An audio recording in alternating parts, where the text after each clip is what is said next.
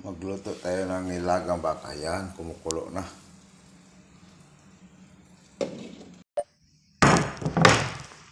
Ito yung panghalo natin sa nilagang baka. Tanggalan lang natin ng puno. Buo-buo na. Ganyan si tamad.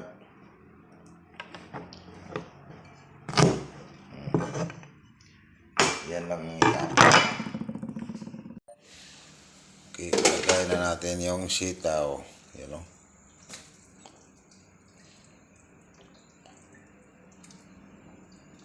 Okay, init ah.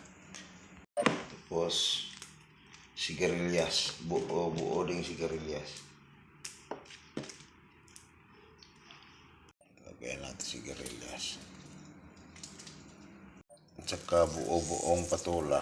Ayan, puro buo yung panghalo natin. At saka buong ampalaya, na maliliit na palaya. At saka bulak ng kalabasa.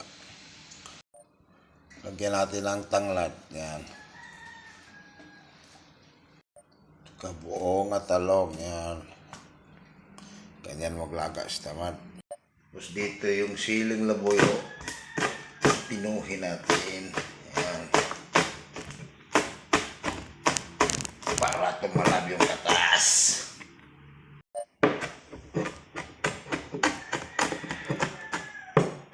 Labuyo ito. Yan. Tapos ilagay natin. Yan. Haluin natin.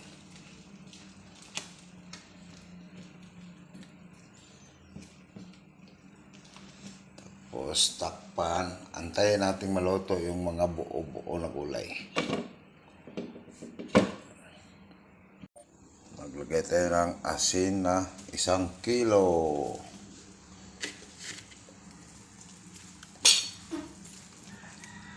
Tapos yung gamitin natin bitchin. Yan, patis, flavor, datong puti. Ayan, ito na yung pangbalasan niya. Wala nang bitchin-bitchin.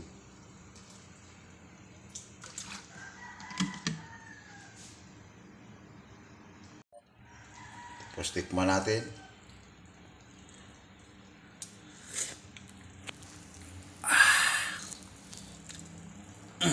Mangagat. Sarap. Okay, luto na yung nilaga natin baka. O, bago tayo kumain, pasalamat muna tayo kay Lord. Lord, salamat sa grasya nga imong gihatag karon kanako kautuhon.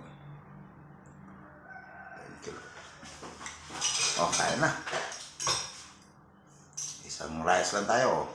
May sukat na yung rice natin. Natin baka.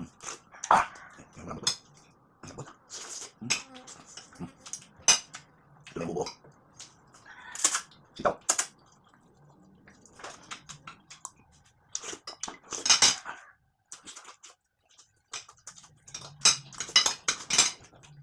Buong raya.